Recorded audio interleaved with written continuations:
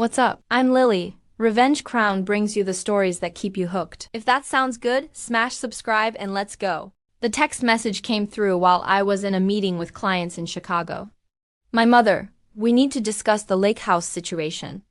Call me immediately. I'd been working in Chicago for 3 months on a major project. The lake house, my lake house, the one I bought with my own money 2 years ago, sat 2 hours north, empty during the week while I stayed in the city for work. I called her back during my lunch break. Natalie, your sister needs a place to live, Mom said without preamble. Her lease is up next month, and the rent in the city is ridiculous. We've decided the lake house makes the most sense. Decided? I repeated carefully. Mom, that's my house. It's sitting empty most of the time. That's wasteful.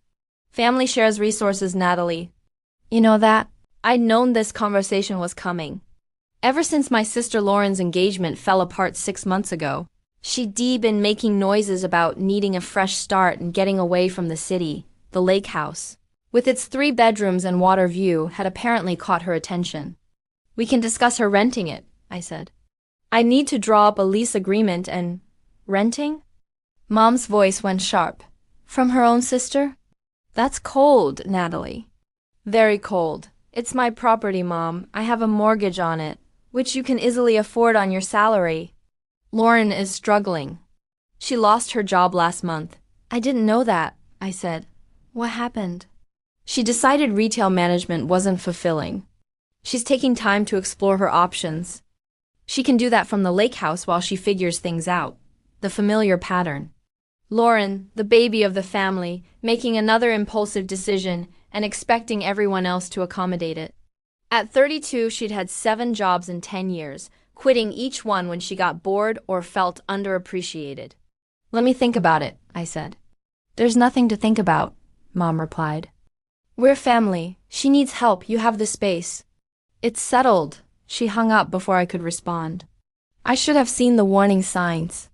But I was deep into a project that required my full attention, working 14-hour days to meet a critical deadline. I told myself I'd deal with it when I got back to the lake house on the weekend. Friday evening, I drove north after work, exhausted and ready for the weekend. My lake house sat at the end of a quiet road, surrounded by pine trees with a private dock extending into the water. I'd saved for years to afford it, turned down vacations and shopping trips, invested aggressively, and finally bought it at 29. It was mine. My sanctuary. My investment. I pulled into the driveway at 7:15 p.m. and immediately noticed something wrong. The porch light was on. I always turned it off when I left. I got out of my car and walked to the front door. My key slid into the lock, but wouldn't turn. I tried again. Nothing. The locks had been changed. I stood there for a moment, key in hand, trying to process what was happening. Then the door opened from inside. Lauren stood there in yoga pants and a sweatshirt, glass of wine in hand. Oh, you're here early. This is my house, I said slowly. Why are you in my house? Why don't my keys work? Come in, she stepped back. We need to talk. I walked into my own living room and stopped. Lauren's furniture was everywhere. Her couch where mine used to be. Her cheap prints on the walls. Boxes stacked in corners. What is this? My voice came out flat. So, Mom and Dad came up with a solution, Lauren said brightly. The family home belongs to all of us, really. You've been selfish keeping it to yourself when you're barely here. I'm moving in permanently. Mom and Dad changed the locks so there wouldn't be any awkwardness with you just showing up. I turned to look at her. This isn't the family home. This is my home. I bought it. My name is on the deed. Mine alone. But you bought it with family money, Lauren said. Remember? Mom and Dad helped with the down payment. They gave me $5,000 as a birthday gift. I put down $80,000. I've paid every single mortgage payment, every utility bill, every property tax bill. This house is mine. Lauren's expression hardened. You always have to be so technical. The point is, I need a place to live, and this place is sitting empty. Mom and Dad agree it makes sense. Where's my furniture? In the garage. We didn't want to throw it away, that would be wasteful. You can come get it whenever. The front door opened. Mom and Dad walked in, carrying more boxes. Natalie, Mom said, not quite meeting my eyes. We didn't expect you until tomorrow. Clearly, I looked at my father. Dad, you know this is illegal. This is breaking and entering. Changing locks on property you don't own. Dad set down his box. Now, Nat, don't be dramatic. Your family. Lauren needs help. You're barely using this place. It makes sense. Did you not hear me? This is my property. I own it. Not the family, me. You shouldn't have left it empty then, Lauren said, sipping her wine. Possession is 9/10 of the law. I pulled out my phone and walked back outside. 3 calls. First to my lawyer, David Brennan. Then to my real estate attorney, Jennifer Lee. Then to 911. David answered on the second ring. Natalie? It's Friday night. My family broke into my house, changed the locks, moved my sister in, and are claiming it belongs to all of them. I need you here, now. I'm in the city. It'll take me 2 hours. I'll pay triple your normal rate. Please, David, I'm leaving now, don't engage with them. Call the police, Jennifer answered next. Natalie, what's wrong? I need you to bring the deed to my lake house. The original deed, title insurance, everything. My family is trying to claim ownership. The one you closed on 2 years ago? The Clearwater property? That's the one. I have everything in my files. I can be there by 9. The 911 dispatcher was professional. Ma'am, what's your emergency? I own a home at 4782 Clearwater Road. I arrived to find my locks changed, and my sister moved in without my permission. This is breaking and entering an illegal eviction. Are you in danger? No, but I want them removed from my property immediately. Deputies are en route. 8 to 15 minutes. I stood by my car and waited. Mom came out onto the porch. Natalie, you didn't call the police. Tell me you didn't call the police. I called the police, my lawyer, and my real estate attorney, all of whom will be here shortly to explain property law to you. This is family business. This is criminal trespass. Breaking and entering. Illegal eviction? Possibly theft, depending on what you did with my property. Dad came out now, looking worried. Nat, let's talk about this reasonably. I tried to talk reasonably on the phone this week. You decided to break into my house instead. We're past reasonable. Lauren appeared in the doorway. You're seriously going to have your own parents arrested? Over a house you're not even using? Over my house that you broke into, yes. The first sheriff's deputy arrived 12 minutes later. Deputy Michael Torres stepped out of his cruiser, hand resting casually on his belt. Evening, I got a call about a property dispute. Not a dispute, I said calmly. A break-in. This is my house. Those are my parents and sister. They changed the locks and moved her in without my permission or knowledge. Is that true, folks? Torres looked at my parents. She's our daughter, Mom said. This is a family matter. She's being unreasonable. Ma'am, that's not what I asked. Did you change the locks on this property? Silence. Did you move into this property without the owner's permission? Dad shifted uncomfortably. We thought we had an understanding. An understanding isn't permission. Is your name on the deed? Well, no, but... A second deputy pulled up. Deputy Sarah Chun got out and conferred quietly with Torres. Then Torres turned back to us. Here's the situation. If this property belongs to Natalie, he looked at me. It does. My lawyer is bringing the deed. She'll be here in about an hour. Then your family is trespassing. They can leave voluntarily now, or we can arrest them and they can leave involuntarily. Their choice. This is insane, Lauren said. She's my sister. She's the property owner, Chun said firmly. And you broke into her house. That's a crime, family or not. We didn't break in, Mom protested. We had a locksmith change the locks. Torres pulled out his notepad. What's the locksmith's name? I didn't get his name. It was from some ad online. So you hired someone to break into property you don't own and change the locks? That's felony breaking and entering, and you made the locksmith an accessory. This is getting worse for you, not better. My father's face had gone pale. Look, officer, we made a mistake. We thought we assumed that because she's family, it would be fine. We didn't think it was a legal issue. Ignorance of the law isn't a defense, Chun said. You have 2 options. Leave now voluntarily, or we arrest you for criminal trespass, breaking and entering, and illegal eviction. Choose. Lauren grabbed her wine glass from inside. Fine. This is ridiculous, but fine. We'll leave. all your belongings, Torres said. Tonight. If you leave anything, it's considered abandoned property and Miss... He looked at me. Mercer, I supplied. Miss Mercer can dispose of it as she sees fit. It'll take hours to pack everything. Lauren protested. You had time to move it in, Chun said unsympathetically. You have time to move it out. You have until midnight. After that, anything left behind is abandoned. Where are we supposed to go? Lauren demanded. Not my problem, I said quietly. You should have thought about that before breaking into my house. Mom turned to me, her eyes furious. You're really doing this? To your own family? You're really asking that? After you broke into my house, changed my locks, and tried to steal my property. David arrived at 8:45 p.m., carrying his briefcase and looking like he'd dressed in a hurry. Natalie. Officers, what's the situation? Torres filled him in while I stood by my car, watching my family haul boxes out of my house. Mom and Dad wouldn't look at me. Lauren shot me venomous glares every time she passed. Jennifer arrived at 9:10 p.m. with a file folder. I have everything. Deed, title insurance, mortgage documents, tax records, everything proving Natalie is the sole owner of this property. She handed copies to the deputies who examined them carefully. Pretty clear cut, Torres said. Miss Mercer is the sole owner. Has been since she purchased the property in August 2 years ago. What about the down payment? Lauren said, overhearing. Mom and Dad gave her money for the down payment. That makes them part owners. Jennifer didn't even blink. A gift is not an ownership stake unless explicitly documented as such. Was there a written agreement that the $5,000 constituted a purchase of equity?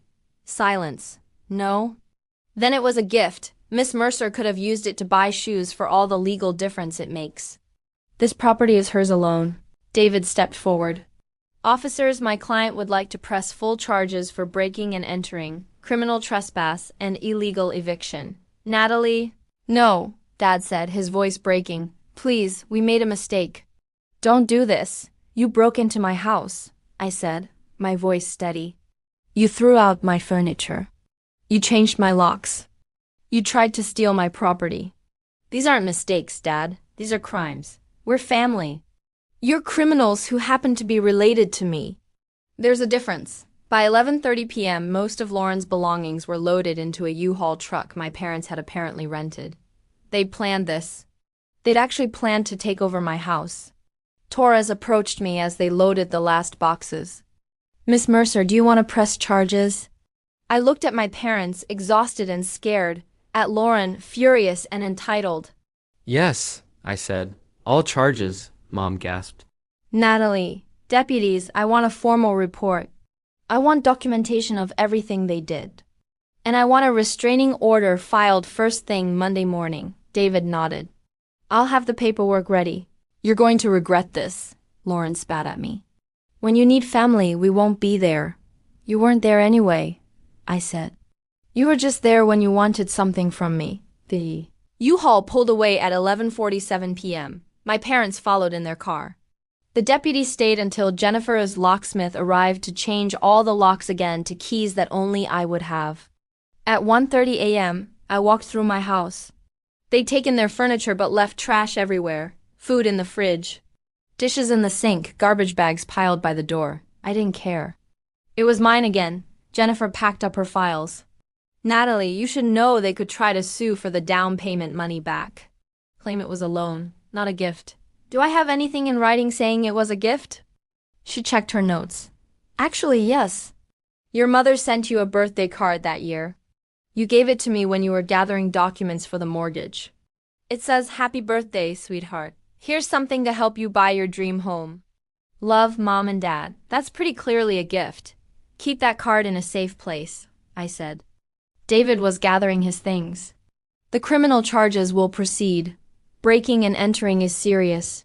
The prosecutor will likely offer a plea deal, probation, community service, maybe restitution for damages. I want full restitution. Locksmith fees, your fees, Jennifer's fees, any damage to my property, everything. Consider it done. They left around 2 a.m. I sat on my deck, looking at the lake, listening to the water lap against the dock. My phone buzzed, text messages from extended family members. My aunt, How could you have your own parents arrested? My uncle. Family is supposed to forgive. My cousin. You're being selfish and cruel. I blocked all of them.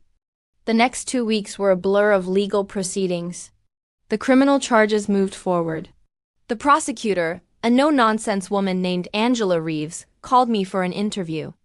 Miss Mercer, your parents are claiming this was a misunderstanding. That you'd given them permission to use the house?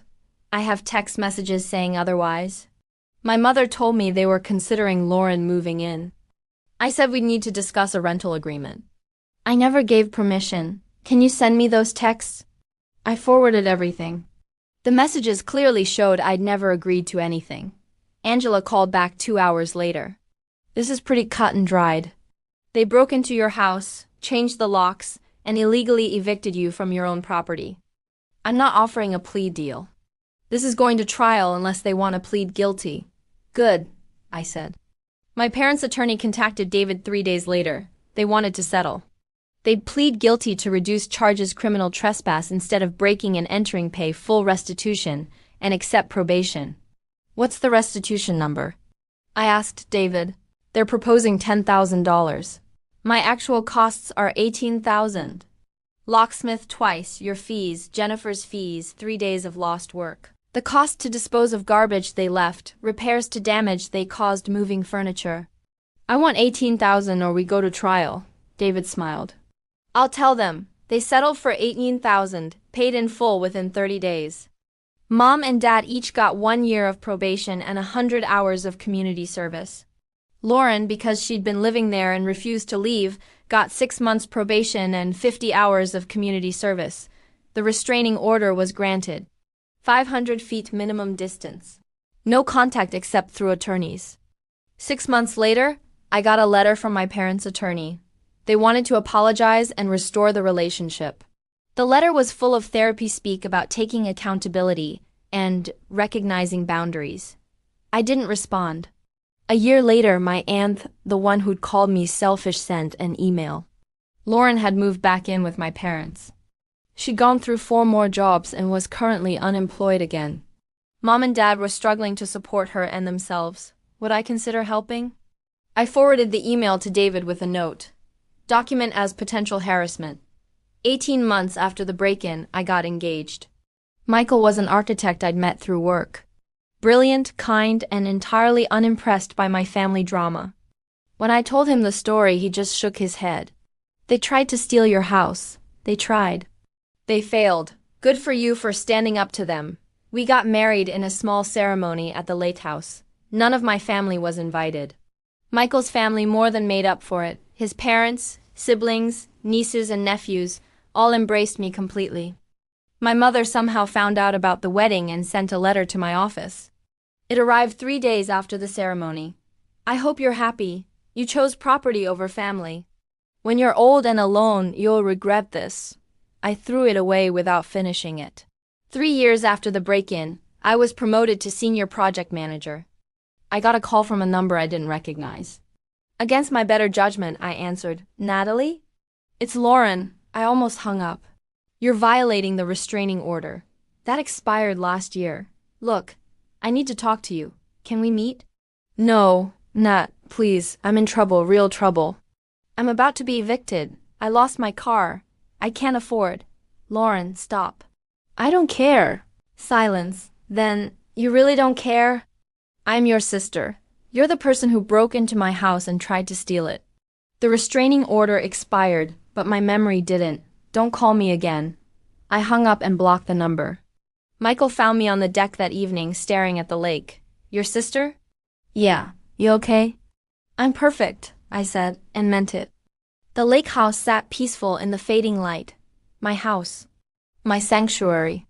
My property, bought with my money, defended with my lawyers, kept through my resolve. My parents changed the locks and announced the family home belonged to Lauren. They moved her in and expected me to accept it because family shares. They were wrong.